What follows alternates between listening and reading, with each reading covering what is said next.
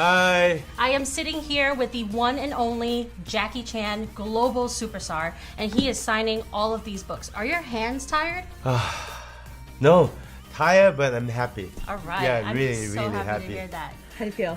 Good. I'm excited. This is the first time I've done something like this before, a live signing. Where do I want to go that I've never been? Oh, we're thinking about, not thinking, we're putting it in motion. I'm going to go to Indonesia on my Irresponsible tour this year. I'm excited about that. I've never been. And there's been a heavy demand for me there. So we're going to go. We're going to go to Indonesia and I'm going to make people laugh in Indonesia. That's how I roll. How do you roll? I can't make this up. Wayne, you got your Indonesia pants? I decided it about a good 3 weeks ago. You'll see it on the schedule soon, so I suggest you go get your pants for Indonesia. Because you're not going to wear them stupid pants. Where do you think Indonesia is? India. Yes, we out. You can see that I'm signing it. This is not some machine scribbling my name. This is my actual human body scribbling my name. So, all right, there we go. First book, signed. We have fans from all over who have written questions that they want to ask you. Oh dear. And they're also going to get signed copies of the book. We're so excited. Yeah. So you ready to jump into some Yes, questions? yes. Hey, we're live at the live signing. To my mind, the successful feeling at the end of a book is not that you have done everything you could with the book, but that you scratched the surface. So it was a wonderful, it was a wonderful experience and a wonderful discipline in storytelling. I'm going to start signing right now. I guess I'll sign in red. You know, red. I'm a Delta. Red. Can you guys see that? See? He's a little smudge right there. So if you see a little smudge, that means Charles jumped on the book as I was signing it. I don't mind doing signings because people really love a signed copy of a book. I know I do. I will sometimes sign a book to myself. You were only 7 weeks old and ABC really wanted to get the new host in that seat and get things going. And I said, but I'm breastfeeding. And by the way, that was at a point like in 1979, coming up on 1980. You really weren't even allowed to say breastfeeding on the air. I feel like this is something we kind of all need right now. My life changed after my leg was broken in 1985. My world changed. I had the world by the tail. I had every material thing you could possibly hope for going for you in your life. And then all of a sudden, bang, in one instance, it was gone. The only thing that matters is the love you give and the love you allow yourself to receive. I'm healthier than I've ever been, only because I got healthy when I was like 40. Thank you so much.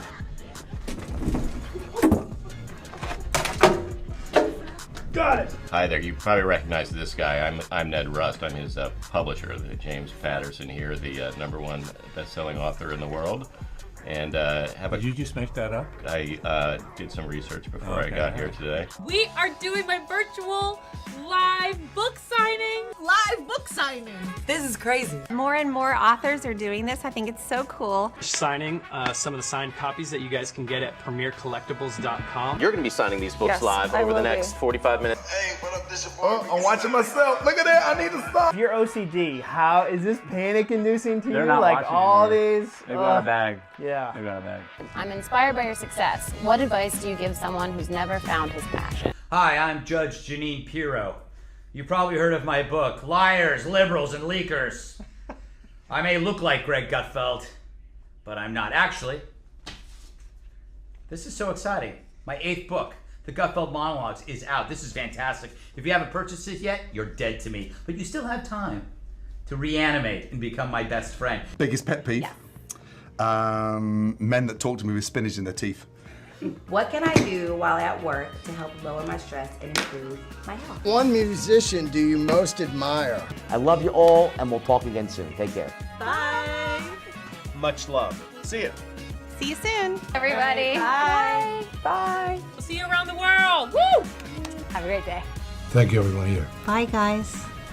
Say goodbye, Mary. See you in the morning. Goodbye, everybody. Thanks for coming.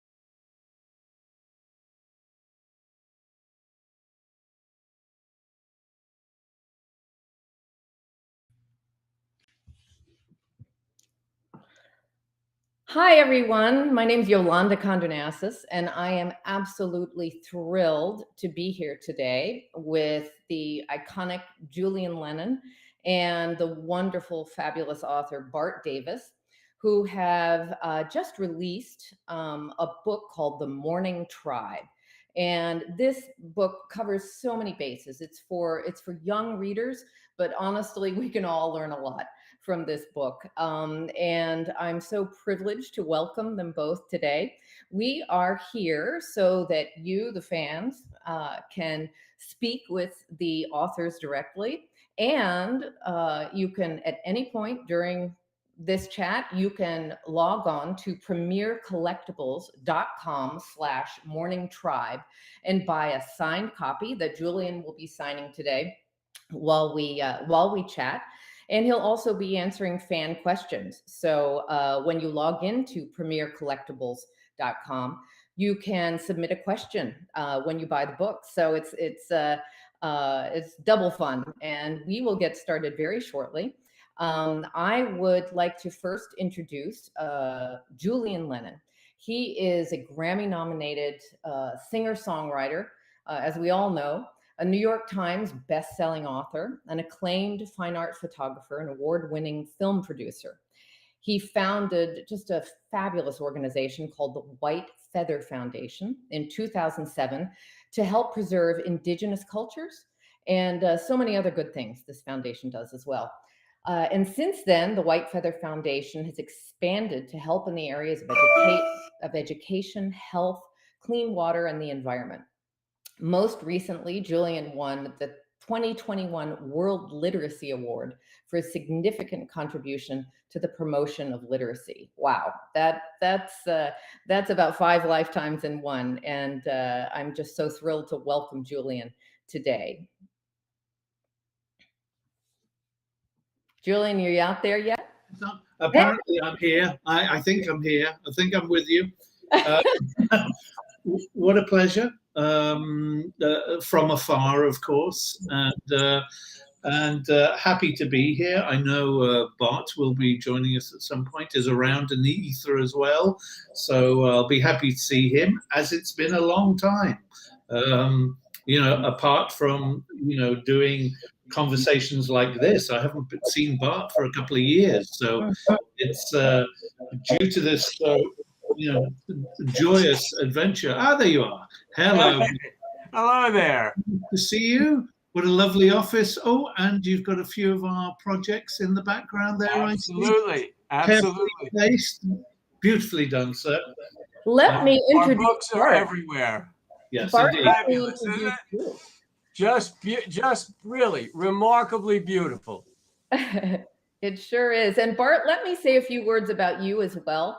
Bart Davis is unbelievably accomplished. He's a New York Times best-selling author of 10 published novels, 5 nonfiction books, 2 feature films, and numerous print articles. His books have been published all over the world and translated into dozens of languages. The Morning Tribe, what we're celebrating today, is his 4th collaboration with Julian Lennon. And I know you guys are also great friends and as well as collaborators. And it's just so thrilling to actually have you both on one screen and get to chat with you today. So thank you. Thank you so much for being here. Thank you for hosting and coming to be sitting here with 2 Grammy-nominated, awarded people and such. It's fabulous. It's been a joy. And can I just lead off by saying how nice it is to work with you again. 4 times we've done this, and 4 times it's been the most gentle and creative collaboration of my life. So. Thank you. Too kind. You're very sweet, Bart. It's very true. How we've been friends now for what, like 20 years? Been a long time. We're still friends. That's the main thing. That's what shows you. That's the test of a friendship. And before we get to some of the fan questions, I just want to say that I was lucky enough to get an advance copy of your book because we share a publisher. We're both interested in earth conservation and getting kids on board with that mission. And I was just really blown away by not only the very innovative concept of combining lots of messages at once, because I think when it comes to kids, you know, so often I think they're underestimated, and you can tell them quite a bit of stuff. I mean, I remember my daughter once reading a book in the second grade rather, and saying, you know, I feel like this book thinks I'm dumb. So I feel like you speak to your audience, that age group, which is preteen and early teen, I believe. Am I correct on that? And you really, there's so many good messages. And I think what I love the most is you talk about conservation, indigenous people, and what I feel like you wrap together so incredibly well is that really nothing is going to happen in this world unless we care for each other, unless we try to understand each other and communicate and make things better together. You know, we can hear about carbon emissions and, you know, aid to underdeveloped countries all day, but until we realize that we're all in this together, not much is going to happen. And that is exactly what your book gets across in a really attractive, I mean, the illustrations are fabulous, the storyline, the dialogue, it's all just fantastic. And I'm so honored to help you launch this into the world. I can't wait for every kid in that age group to get it. But should we get to some fan questions? Because you got a lot of them here. Okay. I hope you're ready, Bart. Are you ready? Ready, yeah. I'm a little heavily caffeinated, so let me know if I start speaking too quickly. Cheers right. on that one. Oh, there we are. We're all on board. Our first question is from Lisa O. from Westchester, Pennsylvania, and she asks, this one is for Julian. Sure. You've traveled to so many interesting places, both as a child and as an adult. What place gave you the most joy and why? Thank you, and I think you are a wonderful person. Stay well. That's a very difficult one to answer. I think that the travel really came into play much more as an adult, and much more so once I was, flying to places that I'd never been before in regards to working with the White Feather Foundation, you know, and meeting. I mean, obviously, for those that know, the first connection with any indigenous tribe really was the Mourning tribe, you know, whom this is kind of based on to some degree in Australia, and was the whole beginning of the White Feather Foundation. And just discovering these incredible indigenous cultures around the world, whether that's Australia, South America, Ethiopia, Kenya, the list goes on. I can't put my finger on it and say there was one place and one time that was more than anything else. It's all relevant, and it's all been very, very special. And I think the more that I've been able to meet these cultures from around the world, the more, my heart bleeds for them in so many respects because of what's been done to them, and how so much has been taken away from them. And they've done nothing to deserve the treatment that they've received from, whether it's governments or otherwise. So it's about, for me, whether it's through photography or whether it's through the books, it's keeping their stories alive and maintaining that their wisdom and their history and culture is able to come through, at least in the children's books, so that they know that this exists, that people are still out there that are so tuned in to this planet that we live on. And the one message that comes from all of them is that we need to love and respect Mother Earth and each other. And we are all in this together. This is, if we don't look after her, she won't look after us. It's that simple. It really does come down to that. And I think, Bart and I have managed to be able to bring those concepts forward in the books that we've written so far. And I think this is just another step up with the Morning Tribe in getting closer to as many age groups as we can. As you mentioned before, I lean towards documentary and filmmaking, independent projects like that, like Kiss the Ground, which for the more adult folks out there. So it's just trying to carry that message. I'm not trying to shove anything down people's throats. It's just about making sure the message is still heard, it's still there. If I can help that in any way, shape, or form, then I feel obligated. Simple as that. Well, I'm sorry, Bart, go ahead. That's okay. I was going to say, to add to that, certainly one of the most significant moments in Jules' career that not only have we discussed many times, but is in each of the books, it is so important, was his meeting the Morning Tribe in Australia. And that literally changed his life, as he has changed so many. And you might want to tell the story, because it's so important and so moving, of being presented with the first white feather and what that meant. Yeah, I figured that question was going to come up at some point, but I may as well fill in the blanks now. Yeah, I was on tour in Australia many moons ago, #1 out there with a song called Salt Water. And we were on the road and doing promotion and touring at the same time. And I was in Adelaide, and I was called down by the management of the hotel that we were in, saying, Mr. Lennon, there's a group of original people down here, a news crews that would like to speak with you. I said, I thought it was a bit of a joke at first, because normally, on the road there are a lot of pranks, and I'm thinking, why would an Aboriginal tribe want to meet me? Lo and behold, I go downstairs, and there's a group of, 30, 40 people in a semicircle on a little small platform. And I approached them, and the elder of the Morning Tribe, this woman Iris, walked up to me with a white feather, a male swan's white feather, about a year big, and says to me, you have a voice, can you help us? And I didn't really know too much about their background.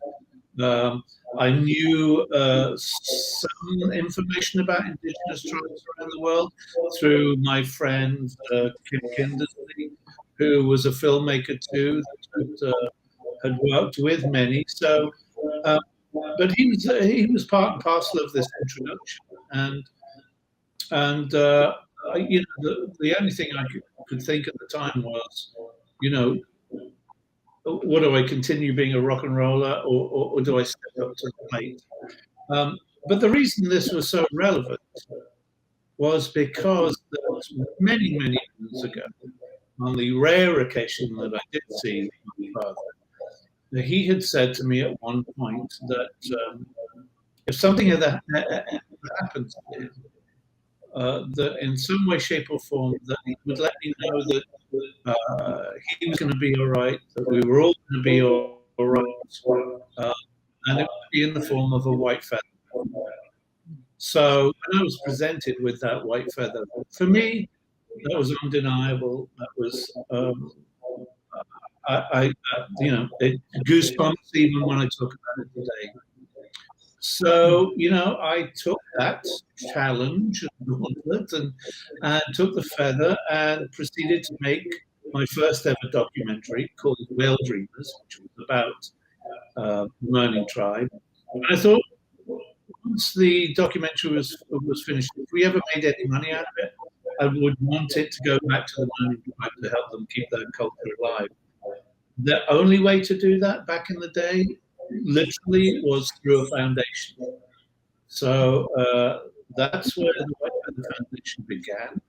And then, of course, the internet came along, and then websites came along, and then slowly but surely, I had requests from, I can't even tell you how many people saying, "Can you help me? Can you help us?" And at the time, I was going, this White Feather Foundation was just a vehicle to get any money made from the film to the Moaning People. But as time went along, I started realizing, well, maybe I can do a lot more.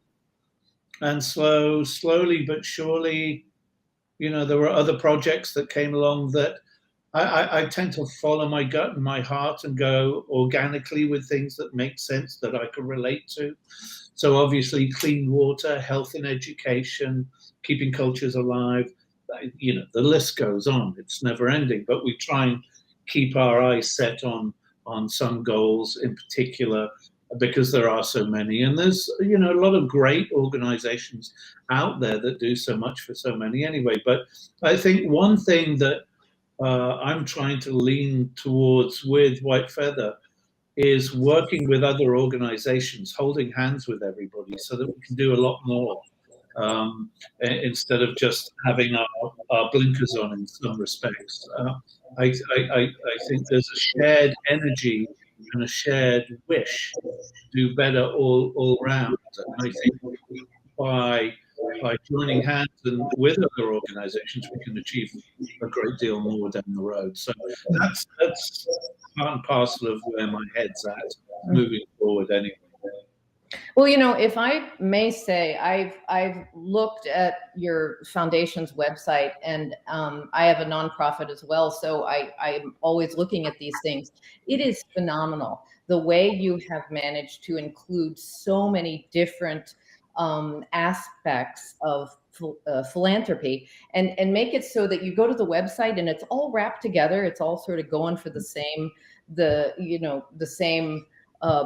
large macro mission, but you can select what really speaks to you. And that story is just amazing. I feel like, not to wax on, but I feel like the universe is always telling all of us a lot, and it all depends on the ones who do things like you and Bart, and those who really change the world are the ones who actually hear the messages. If we look around, they're all around, but it's a matter of hearing it and saying, this is my call. I gotta do something here.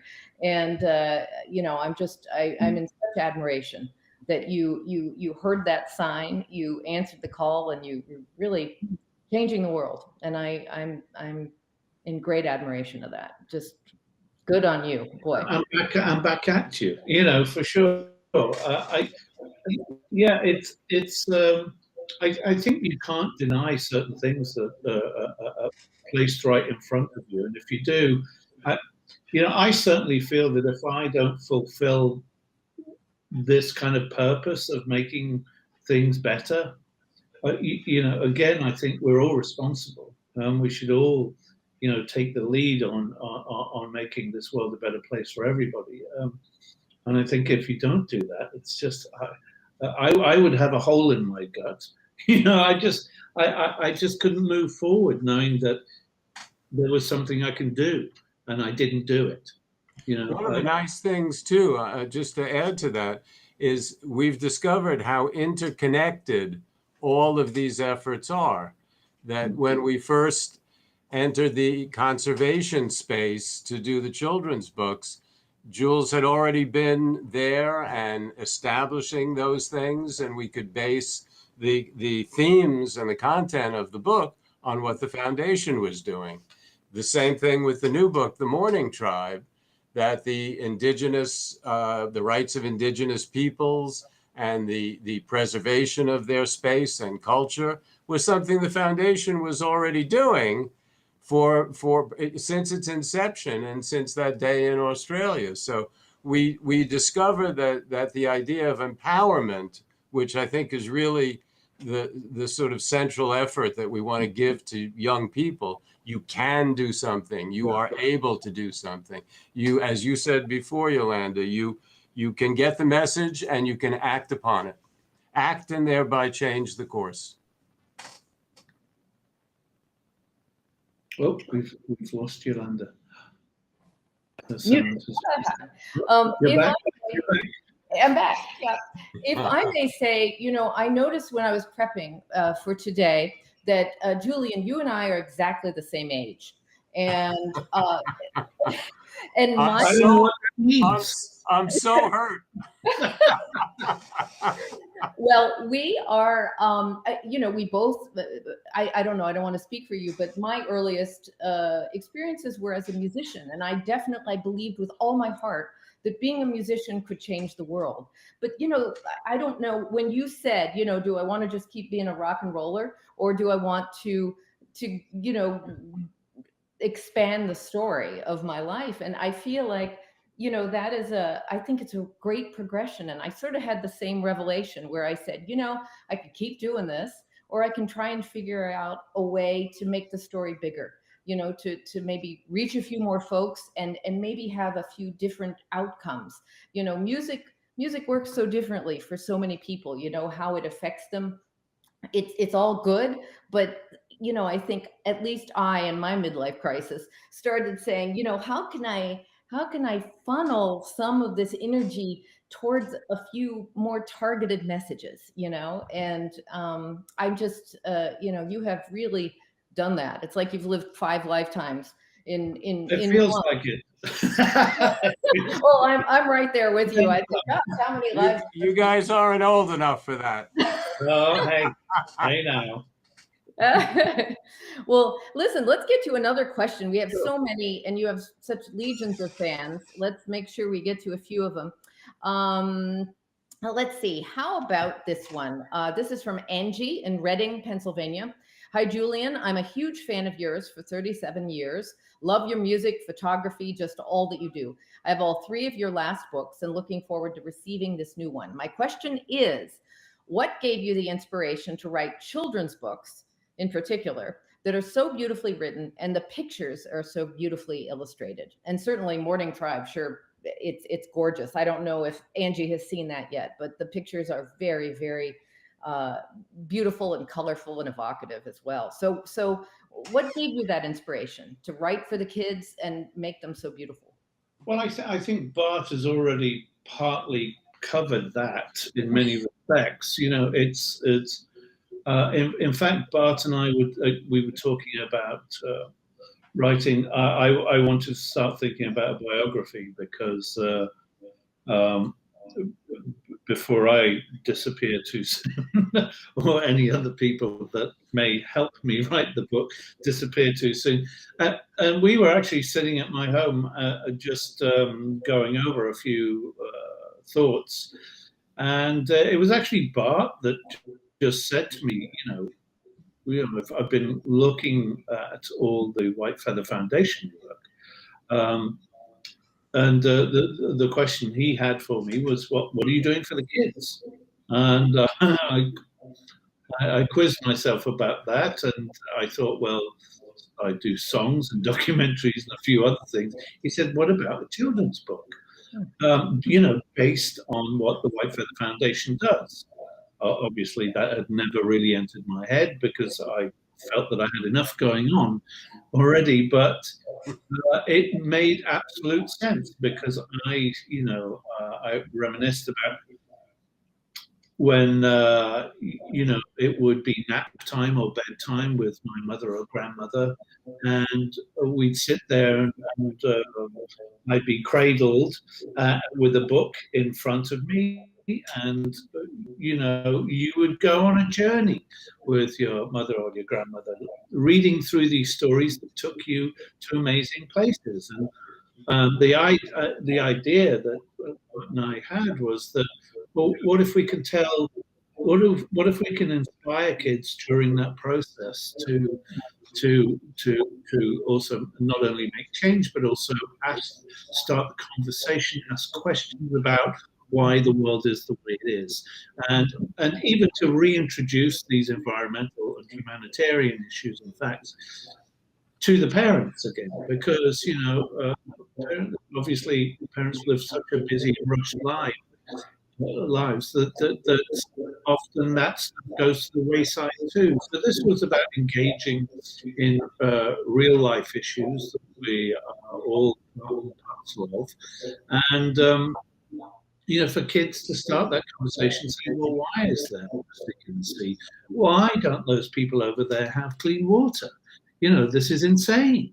And to the idea being that to inspire young environmental and humanitarians that will change the world for the better, and truly understand what's needed and what we need to do. Again, not forcing things down people's throats, but just opening the book for them, so to speak. And if I may say so, both you and Bart did another stellar project with that trilogy of yours. Let's just tell people what those are called. If I'm not, it's Feel the Earth, Touch the Earth, Love the Earth. Did I get that right? Touch the Earth, Feel the Earth, and Love the Earth. And Love the Earth. They are fabulous, beautifully done, beautifully told, and I think everybody should get all the books, but get the Morning Tribe today. And if you would like it, be sure to go to premiercollectibles.com/Morning Tribe, and you can get a signed copy, which is kind of a really special thing that you can do just today. So, all right, let's get to another question over here. From Michelle in Dixon, Illinois, for Julian, and I believe Bart as well. How do you find time to balance your life, writing, and this part would be Julian, writing, taking pictures, voice work, philanthropy? How do you do it all? You don't. You don't. You have people around you that help you manage and organize that stuff, but if you're going to dive in and do all of this, you got to dive in and do it. You're just going to allot time and make it work out. Otherwise don't get in the game, so to speak. But no, I mean, you have to schedule things accordingly, without question. But there are times where it can be truly overwhelming and you're just exhausted by everything. But you got to plow on, and it's never come to a point with me that I've keeled over just yet. But we'll see how things go. So far, so good. That's all I'll say. You also you have to have a lot of support from friends and family. I know if we're in the midst of some craziness with the book or publisher, I can call him. He'll talk me off the ledge. We have a trust in each other that goes beyond reason sometimes, and we know that we're on the same page. We know that we're trying to give the same effect, and having as you well know, performing and writing yourself, having a great publisher helps. Having great, as Jules said, people around you. We should probably shout out to Tony and Mark and Nicole at Skyhorse and the people at Premier, and Sula and everybody else. And right, Rebecca, who's always there. I'll be whipped after if I don't mention her name. Right. So ultimately, it's having the resources, having the friends, having the trust, and feeling that love when you are a little tired and a little ragged.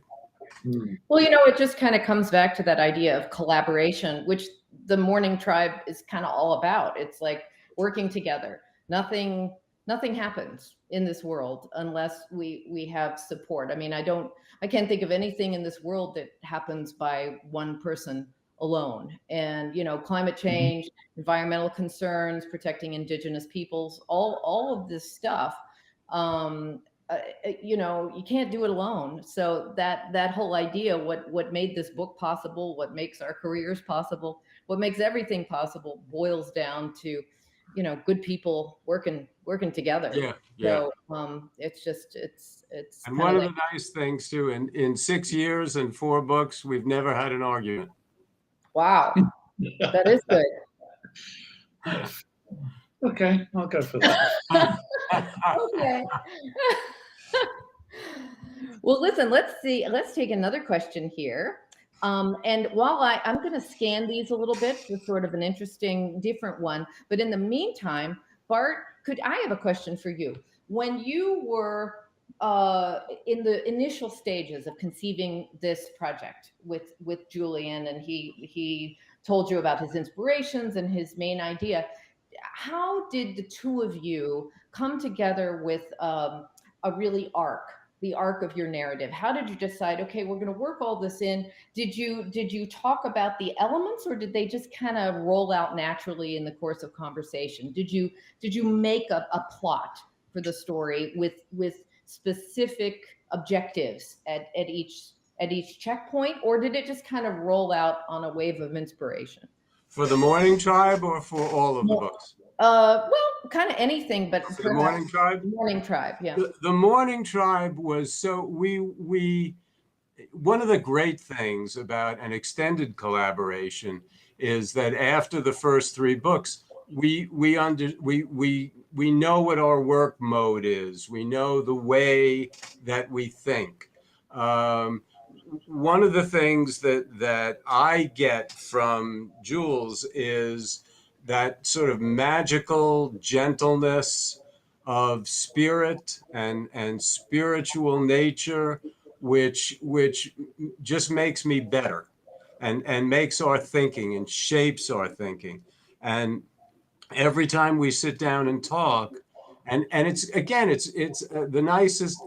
Those moments of initial creation are some of the nicest moments of the whole process.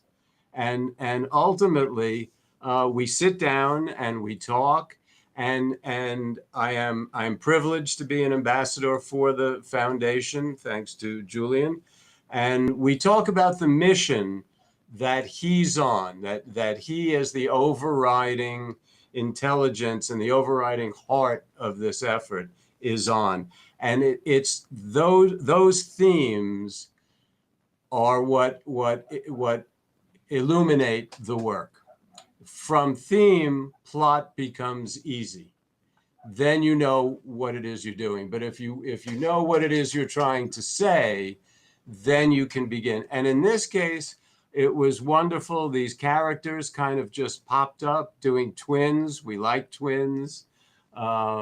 We understand what it's like to have a brother and such, and family, and again, the research and such. Jules has been to the area many times. The foundation has done COVID projects there, water projects there, as well as Africa, Australia, and so on. So we understood the region. We felt that it was something that culturally we could access and be part of. We knew that we wanted to have greater cultural diversity. So finding our artists was critical. And as you've suggested, the art in this book is just incredible. They are phenomenal, and so on. And so that's it. And then we just sit down and we talk. And as we talk and as we generate back and forth, it is the most lovely, kind, and gentle creative process ever. Yeah, I think once we have the initial concept, an idea, it's just about filling in the blanks and making sure that it all makes sense. It's a jigsaw puzzle of sorts, but we know what all the pieces are. It's just where to place them, and so that can only happen over time and conversation and making it feel like it's the right journey to be on. I think that's an important issue as well. It has to ring true in every way, shape, or form, and it has to sit right with both of us. Otherwise, we have to rework it, or it won't go anywhere. So yeah, that's really true. If both of us are not totally happy, it won't go forward. Yeah. That's the moment of stopping and recreating and redoing. And I think, you know, we do that so beautifully together. Yeah, we didn't really have any of those kind of issues with this, because it was, for us, it was a very straightforward project to work on. We knew what the ideas were, what we were trying to say, and again, it was just placement of those ideas in the right order, right. and being happy at the end, right. You know, just going, okay, well, that's what we're trying to say. We've done it. Thank you very much. You know, and again, with the imagery, I think that was equally as important. And I think that, you know, I think the book looks beautiful. I really, you know, it's gorgeous. So thanks to you.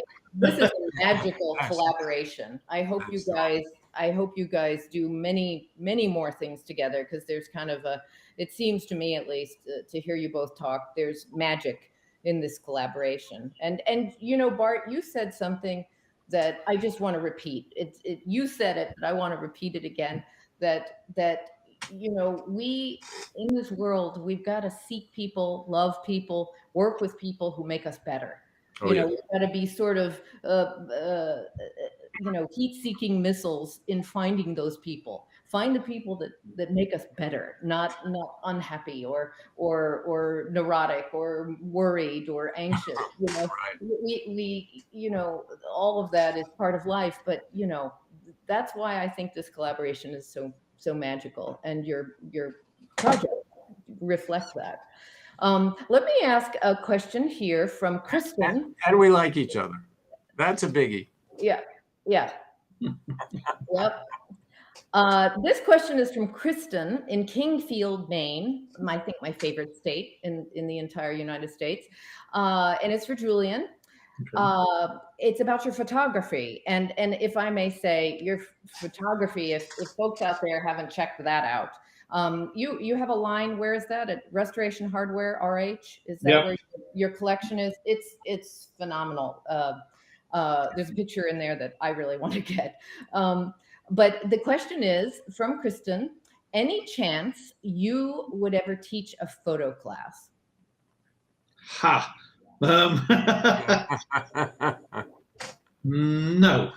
I'm just not technically minded in that way. It's not something I would consider. It's because photography, me, is as with any creative endeavor, is always a learning curve, and I'm learning each day. And I'm just not technically minded. Again, with most of the projects that I do, I go with my gut and what feels natural and instinctual. So unfortunately, at least not at this stage, it's something I would do. I wouldn't even do that with music or other creative elements, because you know, for me, it's just about getting on with what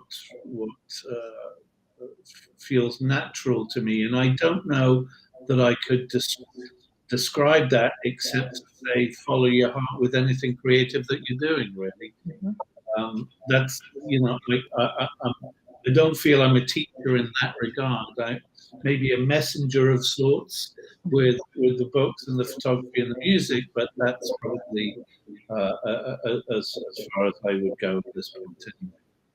You know, I find that so incredibly interesting, because I've often thought, you know, I'm a classical musician, which is a little bit different of a realm, but you know, in my end of the business, there really is, you know, sometimes a predisposition to becoming very analytical, interpretive. You know, you're analyzing the chord structures and you're doing all of this kind of stuff. I realized somewhere along the way that I care, but I kind of don't. I feel like you know, when I'm forming an interpretation or making a recording, all I want is to make it sound good. And that may sound, you know, simplistic, but it is very much, as you say, it's a heart and gut affair. It's not Oh, well, the precedent in the A form and the B form, and when the recap and the capitulation, and No. I honestly kind of at a certain point I don't care, and I Yeah. just feel like I just want to do, and it sounds like that's exactly how you go about Yeah, it. I'm just not technically minded as such. I mean, I can work things, but that's not what it's about. It's about capturing an essence, a moment, an image, a sound that imparts some kind of emotion that moves me in a way. And that doesn't, for me, that's not about numbers. It's not about clicking and switching and this and that. It's just, it's about, with photography, about pressing the button at the right time that you think you've captured something that tells a story.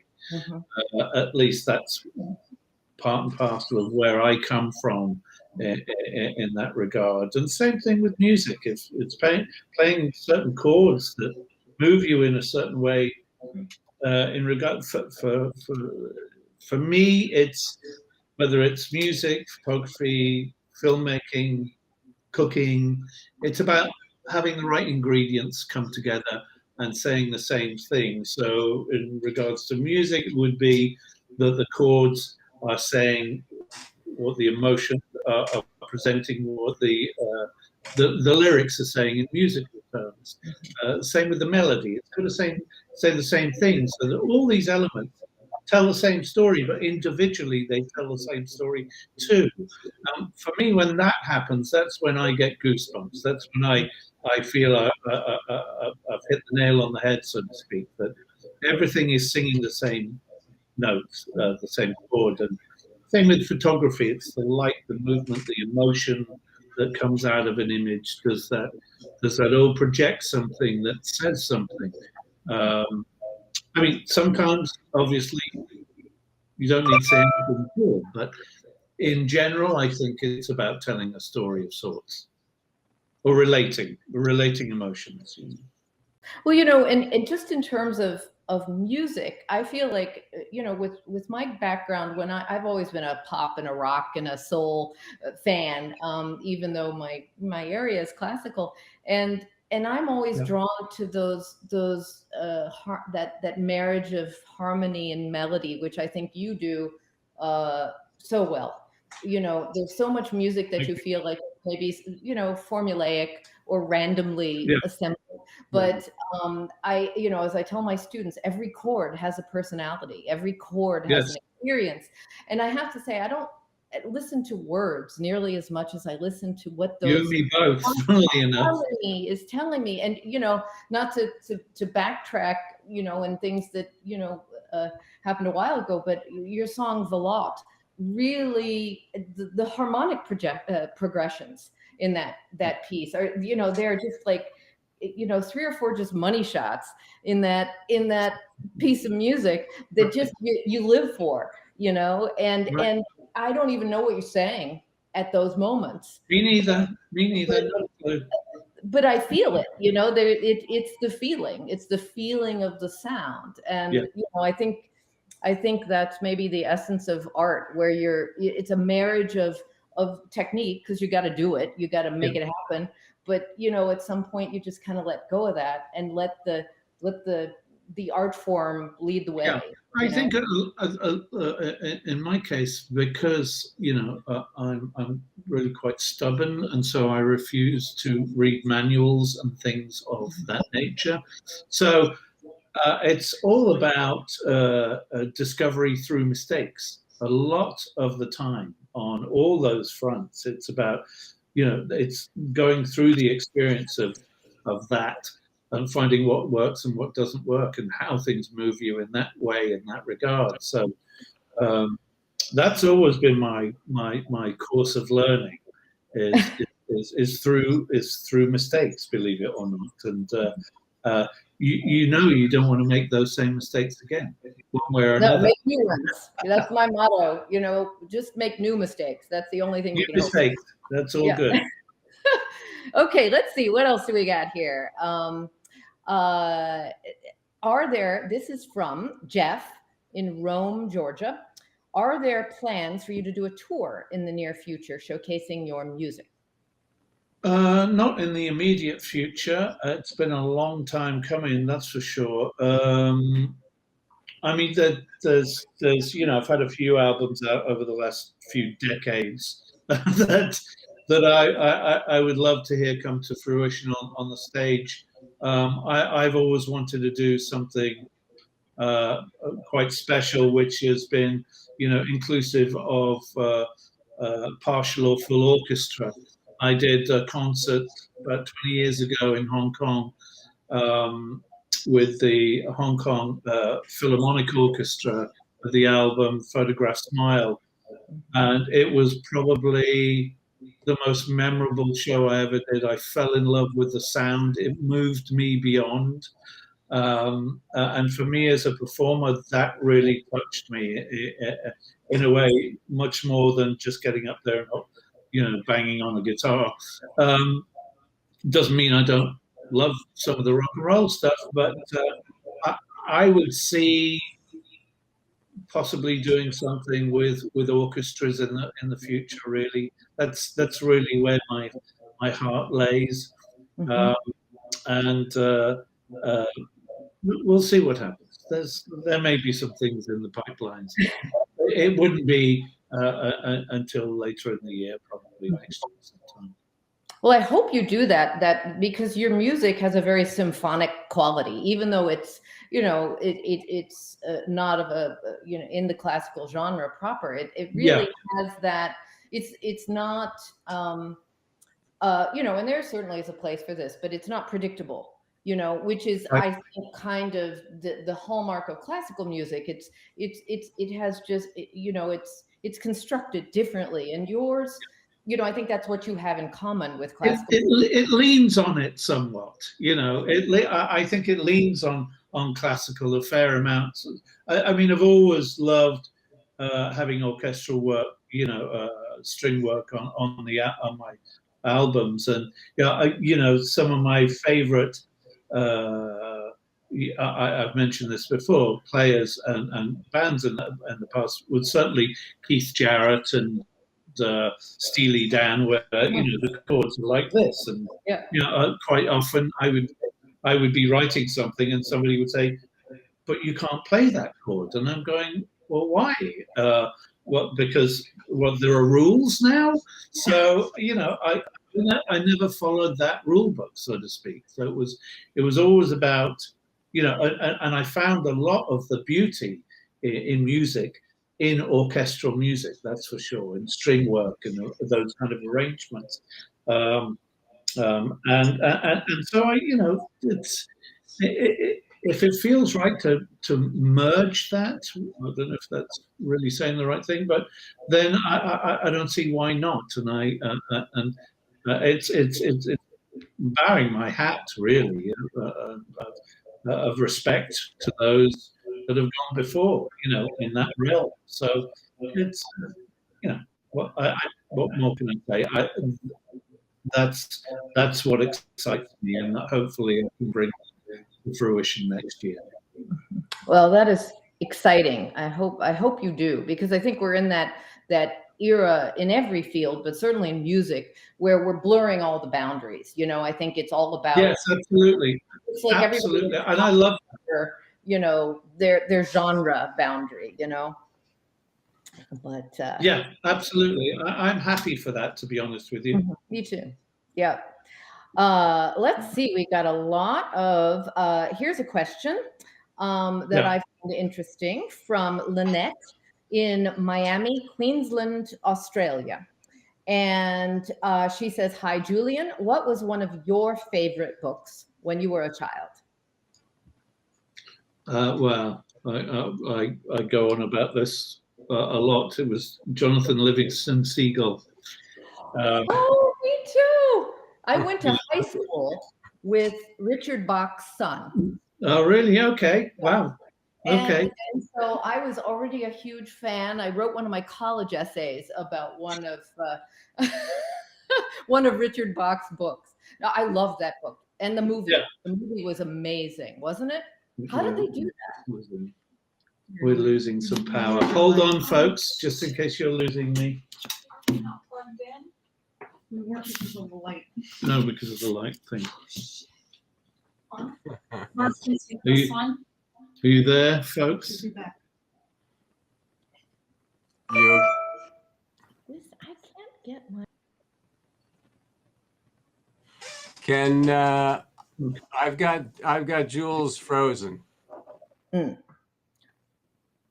Well, Bart, how about you? Well, to pick up on favorite children's books. Yeah, you tell us what yours is. I feel like I'm sort of the total dork because I fell in love at a really early age with Greek and Roman mythology. Oh. And as a little kid, I was reading Bullfinch and Edith Hamilton and the classic stories that are really all of our the basis for much of our literature, and later on coming to African literature and including that and such. But ultimately that was those stories. And then, as you know, when you start reading to your children, so we would read one myth per night and go through those, and they still love them, and that was it. Quite honestly, I think our society needs to be forced to do some required mythology reading right now. I think we could learn a lot from some of those cautionary tales, couldn't we? Sure. And if you love Marvel and you love DC and you love superheroes, that's the origin of all of those things. Yep. Norse mythology, Greek mythology, those the classics. It's kind of nice to have those. The study of human nature, I think, yes. which is yes. But, and risk and reward and morals and philosophy, absolutely. Well, see, that's why you are how you are, because you were steeped in mythology and understand all those things. And I'm kind of a closet writer, so I would love to ask you a couple of writing questions for all those other closet writers out there. Sure. How when you get the little seed, the germ of an idea, and this would be for your probably more for your fiction writing, do you start by keeping a sketch notebook and writing down ideas, and then once you have enough, just start putting them together like the puzzle, or do you see more in the big picture and make yourself a worksheet and then just start writing and fill it all in? I have to the idea has to occur on two levels. It has to be thematically important, that this is something you actually want to write about, and it's got to present a plot that you can hang 300 pages on. I mean, that's the first, one of the first things to see it all. I have to see the beginning and the ending, and kind of know in the middle where that high arc is going to be. So, when we first started talking about the Morning Tribe, and we understood that we wanted to, to have this boy lost in the woods and rescued by them, and that provided the opportunity to learn. And I think that's the second element that this kind of book should have, that all books really should have, is what are we learning? What are we teaching? What is our theme? And if we connect to a strong theme, plot becomes obvious. Well, once he's lost in the woods, what happens next? That's something that we can then begin to, what about this? What about that? And move it that way. The same things with Hi There. Hey there. Power failure. The backup generator wasn't working. Apologies. You have some mice on the treadmill now, getting it out. Of course. I'm winding the hamster wheel. Yeah. So once we had established that, so it's essentially a lot of talking, fiction, of which these really are, becomes the idea of development? Does the idea continue to expand? And I suspect it's probably similar to your music and Jules' music, that it's something that continues to expand, it continues to grow, that it's organic in that sense. And having had those organic ideas, we end up with 4 books, and this, I think, is the most exciting. You know, if I were, this is what I'd want to read, and I think what Jules wants to read, if we were this age, and boys and girls and everyone globally. We expect it to be in every language there is, as the others are in so many languages. And that's it. It's exciting. It teaches. It's heartwarming, and it's in the end about loving the earth and loving self and being loved. And you know, in reading the Morning Tribe, which, by the way, we're almost out of time. So if you want a signed copy, go to premiercollectibles.com/Morning Tribe, and this is kind of a unique opportunity. But I would say something else I want to pick up on that you said was, you know, that you wrote a book that you would like, that you would read. And I think that is the key. It was a simple thought, but amazing how many writers, artists, musicians don't do this. They don't make art that they would actually enjoy. You know, they're sort of doing what they think they should do, doing what somebody is telling them is hot right now. Or, you know, I mean, I think that simple artistic principle of making art you would love is, you know, and this book is an example of that. I mean, I devoured this book in about, you know, an hour or so, and loved it, and wanted to give a copy to all the kids I know. And that, you know, you hit it. You made something that has an audience, a built-in audience, because if you hadn't made it, you would buy it yourself, you know? So that's a wonderful, wonderful thing. And, you know, Julian, now that you're back with us and powered up, I want to just follow up on that question you began to answer, because it's kind of, I'm just curious. What was it that spoke to you so much about that book as a child, Jonathan Livingston Seagull? I just find that fascinating. Well, I probably, I mean, it's just I guess partly the adventure factor of it, and the freedom that one could see was possible. That, you know, it's, you know, I always get very frustrated when people try and pigeonhole people in any capacity, because you should be free to try and do and become whatever you wish in life, you know. And I think certainly that you know, we do get cornered a lot as we're growing up by certain principles and rules, etc., etc.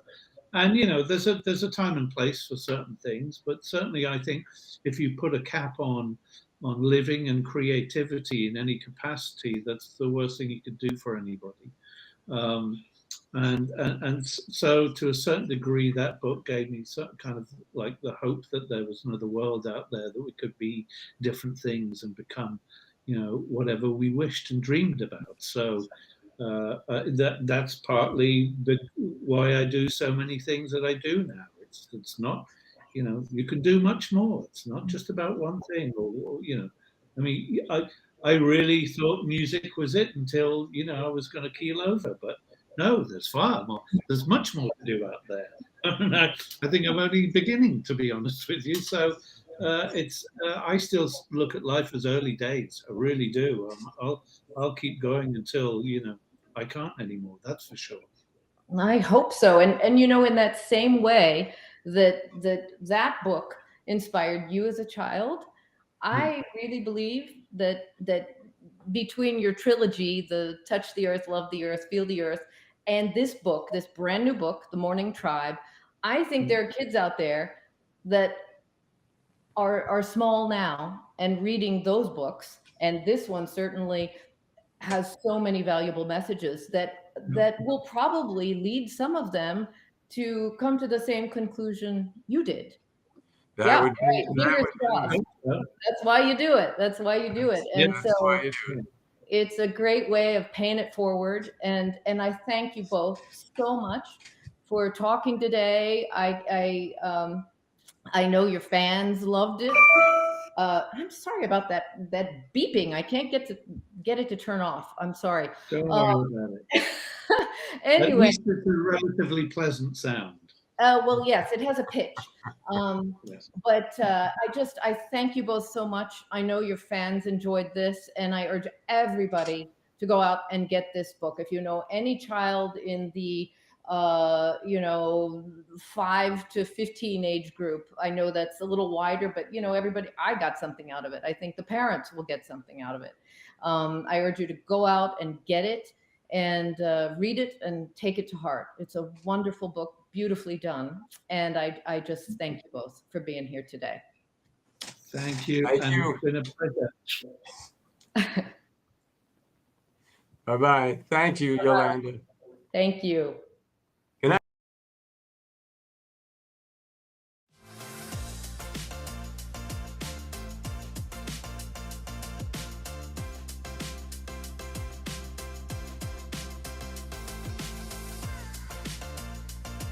Hey, this is John Acuff, New York Times best-selling author of 7 books and someone who's done a live signing. If you like the one you just watched, make sure you check out our YouTube channel. It's full of amazing authors having great conversations and signing books for viewers just like you. So make sure you subscribe, and thanks for watching today.